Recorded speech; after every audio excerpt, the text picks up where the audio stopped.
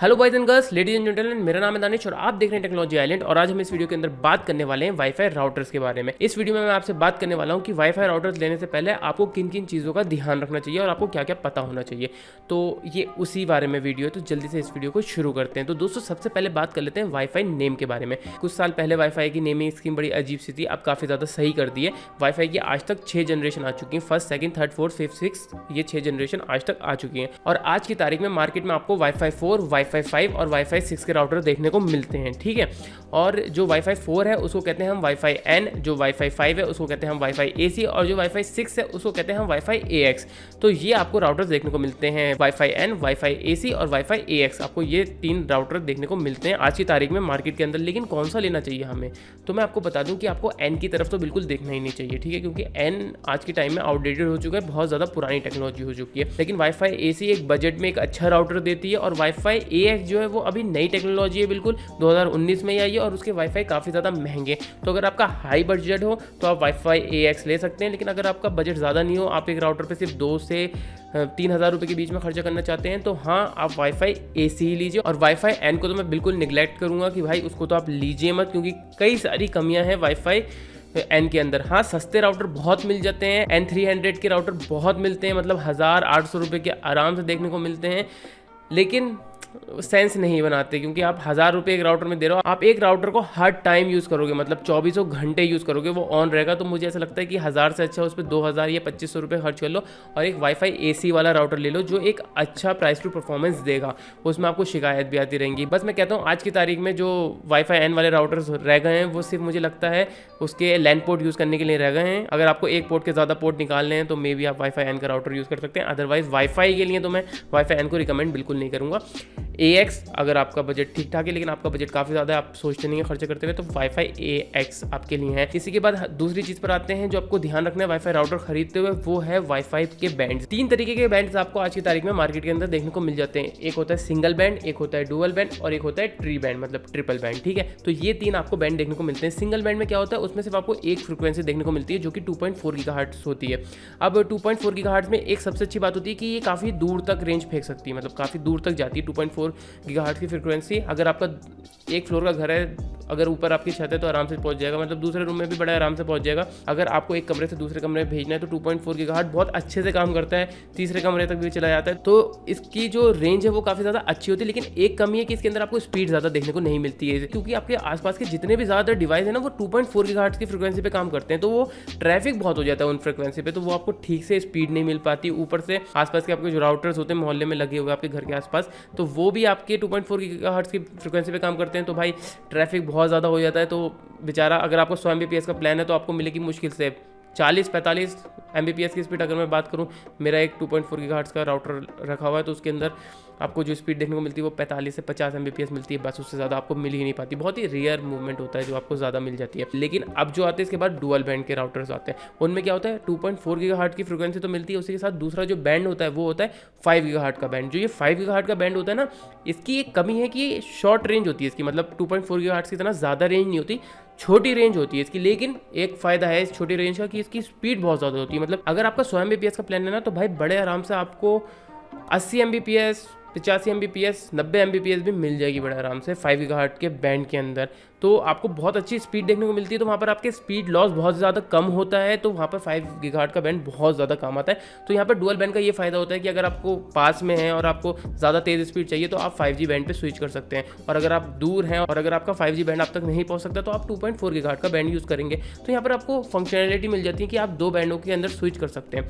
और इसके बाद आता है ट्रिपल बैंड, ट्राई बैंड जिसको हम कहते हैं। उसके अंदर आपको 3 बैंड देखने को मिलते हैं, आपका 2.4 गीगाहर्ट्ज़ का बैंड, और आपको एक मिलता है 5 गीगाहर्ट्ज़ का बैंड, और जो तीसरा बैंड है वो भी आपको 5 गीगाहर्ट्ज़ का मिलता है। मतलब आपको इसके अंदर 3 बैंड देखने को मिलते हैं। और ये जो राउटर्स होते हैं ट्रिपल बैंड के राउटर, ये बहुत कम लोगों के लिए बने होते हैं, क्योंकि जिनके पास काफ़ी ज़्यादा ट्रैफिक होता है, मतलब कई सारे डिवाइसेस उस राउटर में लगे होते हैं। आपका जो 2.4 गीगाहर्ट्ज़ का बैंड है उसमें भी कई सारे डिवाइसेस कनेक्ट हैं, तो आपने बचने के लिए आप आ गए 5 गीगाहर्ट्ज़ के बैंड पे कि लाओ यार इस पर ट्रैफिक बहुत है, इस पर आ जाते हैं, यहाँ पर मुझे स्पीड सही मिलेगी। लेकिन अब क्या होगा कि कई लोग 5 गीगाहर्ट्ज़ बैंड भी यूज़ कर रहे होंगे, तो एक और 5 गीगाहर्ट्ज़ का बैंड आपको मिल जाएगा ट्रिपल बैंड राउटर में। वहाँ पर क्या होगा, आप उस बैंड में स्विच कर सकते हैं और वहाँ पर आपको स्पीड मिलेगी। मतलब वहाँ पर आपको 3 बैंड देखने को मिलते हैं, 2 5 गीगाहर्ट्ज़ के बैंड और एक 2.4 गीगाहर्ट्ज़ का बैंड। तो ये आपको 3 तरीके के बैंड देखने को मिलते हैं। तो आपका जो भी यूसेज हो आप उस चीज़ को ध्यान में रखना। मेरी रिकमेंडेशन ये है कि आज की तारीख में आपको डुअल बैंड राउटर लेना चाहिए, क्योंकि अगर आप 5 गीगाहर्ट्ज़ में स्विच करना चाहते हैं या 2.4 गीगाहर्ट्ज़ के बैंड में स्विच करना चाहते हैं, आराम से कर सकते हैं। आपको तेज़ स्पीड भी मिलेगी और लॉन्ग रेंज भी मिलेगी, दोनों का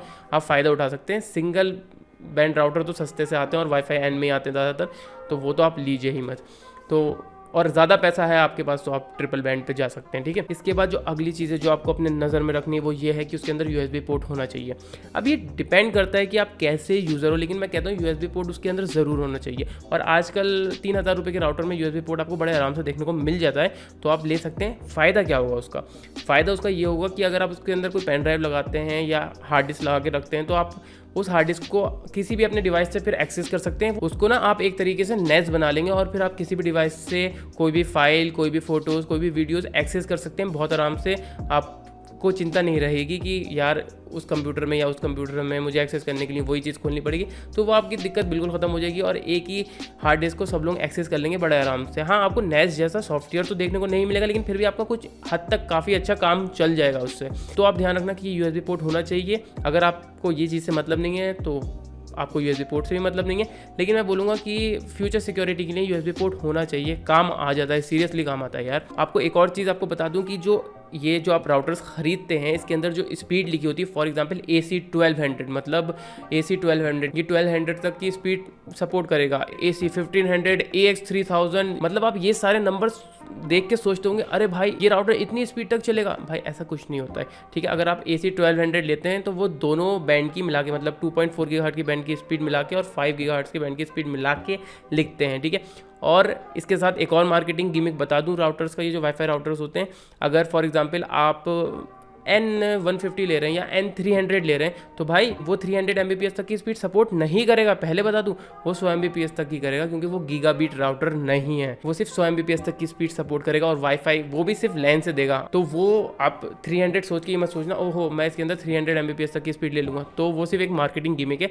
और इसी के साथ जब हम बात करते हैं गीगाबिट राउटर की, तो ये चीज़ भी ध्यान रखना है कि आज की तारीख में गीगाबिट राउटर आपके पास होना कंपलसरी है। अभी कुछ साल पहले चले जाते हैं जब लोगों के पास 10 Mbps की स्पीड बड़ी मुश्किल से होती थी, तब आपके पास गीगाबिट राउटर होता नहीं होता कोई मायने नहीं रखता, क्योंकि आप 100 Mbps से नहीं चलें। लेकिन आज की तारीख में 100 Mbps आपको हर दूसरे घर में देखने को मिलती है और कई लोगों के पास 100 Mbps से ज़्यादा है। फॉर एग्जांपल मैं 200 Mbps का प्लान यूज़ करता हूँ और मैंने कई लोग देखे हैं जो 100 Mbps या 100 Mbps से तो ऊपर का यूज़ ही करते हैं। और अगर आपके पास गीगाबिट का राउटर नहीं है तो आप 100 Mbps से ऊपर एक्सेस कर ही नहीं पाएंगे। फॉर एग्जांपल आपने कोई प्लान ले लिया 500 Mbps का और आपके पास राउटर है, आपका राउटर गीगाबिट राउटर नहीं है, तो वो 100 Mbps से नीचे ही निकालेगा स्पीड, मतलब 90 Mbps 95 Mbps बस इतनी ही निकालेगा। वो 100 से ऊपर नहीं भागेगा। 100 से ऊपर भागने के लिए आपको गीगाबिट राउटर की ज़रूरत पड़ेगी। और जो आज का टाइम है जब डेटा इतना सस्ता हो गया है, तो लोग 100 150 200 Mbps तो बड़े आराम से ले लेते हैं। और आप फ्यूचर प्रूफिंग भी रखें, क्योंकि आने वाले टाइम में आप स्पीड बढ़ाएंगे 100 से शायद 200 300 400 500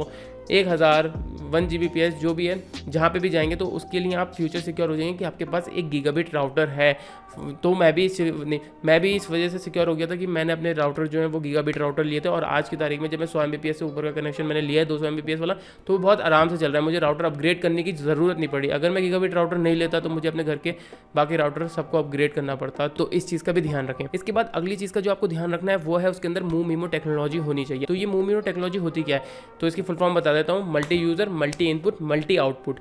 तो ये करता क्या है, अगर ये टेक्नोलॉजी राउटर के अंदर नहीं होती, पहले बता दूं ये टेक्नोलॉजी सिर्फ वाईफाई 5 और वाईफाई 6 में देखने को मिलती है, वाईफाई 4 में नहीं देखने को मिलती है। इसी वजह से मैंने आपको N सीरीज़ के राउटर लेने से मना करा, वाईफाई N वाले राउटर नहीं लेना है, क्योंकि उनके अंदर MoveMemo टेक्नोलॉजी होती नहीं है। वाईफाई 5 और वाईफाई 6 में कम से कम होती है, और लेने से पहले आप देख लेना कि उसके अंदर ये टेक्नोलॉजी होनी चाहिए, क्योंकि कुछ वाईफाई 5 वाले राउटर हैं जिनके अंदर MoveMemo टेक्नोलॉजी नहीं होती है, तो ये भी लेने से पहले देख लेना। लेकिन ये MoveMemo टेक्नोलॉजी करती क्या है मैं आपको बताता हूँ। जैसे फॉर एग्जाम्पल एक रूम में 4 लोग हैं और चारों लोग एक अपने अपने डिवाइसेस पे कुछ नेट सर्फ कर रहे हैं। कोई डाउनलोडिंग कर रहा है, कोई यूट्यूब पे वीडियो देख रहा है, कोई नेटफ्लिक्स पे देख रहा है, कोई ऐसी वेब सर्फिंग कर रहा है, आर्टिकल्स पढ़ रहा है। तो होता क्या है, जो अगर MoveMemo टेक्नोलॉजी नहीं होती है तो कभी राउटर उसको स्पीड ज़्यादा दे देगा, तो कभी उसको दे देगा, मतलब बराबरी नहीं करेगा वो जो भी ज़्यादा यूज़र होगा कि लो तुम ले लो, और बाकियों के पास स्पीड नहीं जाएगी इतनी अच्छी, तो परेशानी होगी, अरे यार मेरा नेट क्यों अच्छा चल रहा है, दूसरा वाला क्या, अरे मेरा तो बहुत सही चल रहा है। तो ये दिक्कत आती है अगर मूव टेक्नोलॉजी नहीं हो। लेकिन ये मूव टेक्नोलॉजी हो तो क्या होगा कि 4 लोग हैं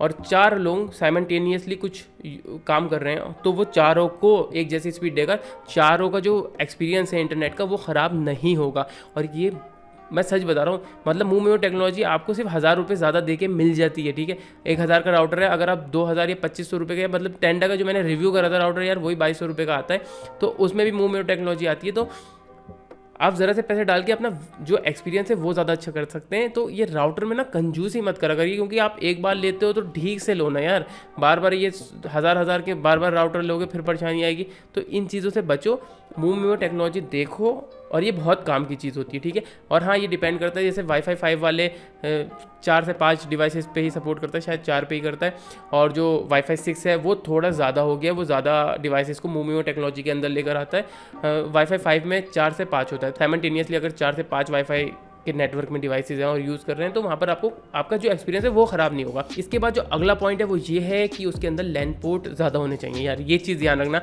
कभी कभार दिक्कत हो जाती है। ये मतलब जितने मैंने पॉइंट्स बोले वो सब आपने ध्यान रखिए, आपने उस चीज़ के हिसाब से अपना वाईफाई राउटर लिया, लेकिन उसके अंदर पोर्ट सिर्फ 2 ही निकले, तो ये चीज़ ध्यान रखना, कम से कम 4 होने चाहिए। 4 भी नहीं है तो 3 तो हों भाई, 2 में काम नहीं होता है। अगर आपको अपनी लैन केबल से अपने पीसी, अपने प्ले स्टेशन या दूसरे कई रूम के राउटर्स को कनेक्ट करना है लैन से, तो भाई दिक्कत आती है, लैन पोर्ट होना बहुत ज़रूरी है। फॉर एग्जाम्पल Xiaomi का राउटर आता है, ठीक है, 1000 रुपये का, उसके अंदर भाई 2 पोर्ट्स होते हैं, 2 पोर्ट्स में क्या कुछ होगा, मतलब अगर एक लगा दिया पीसी के अंदर, एक किसी कैमरे में लगा, कहीं भी लगा दिया यार, तो भाई वो तो बस ख़त्म। उसके बाद आप लगा ही नहीं सकते, उसके बाद एक आप अलग से एक्सटेंशन लीजिए, वही राउटर से महंगा आ जाता है, तो उसका तो सेंस नहीं बनता ना।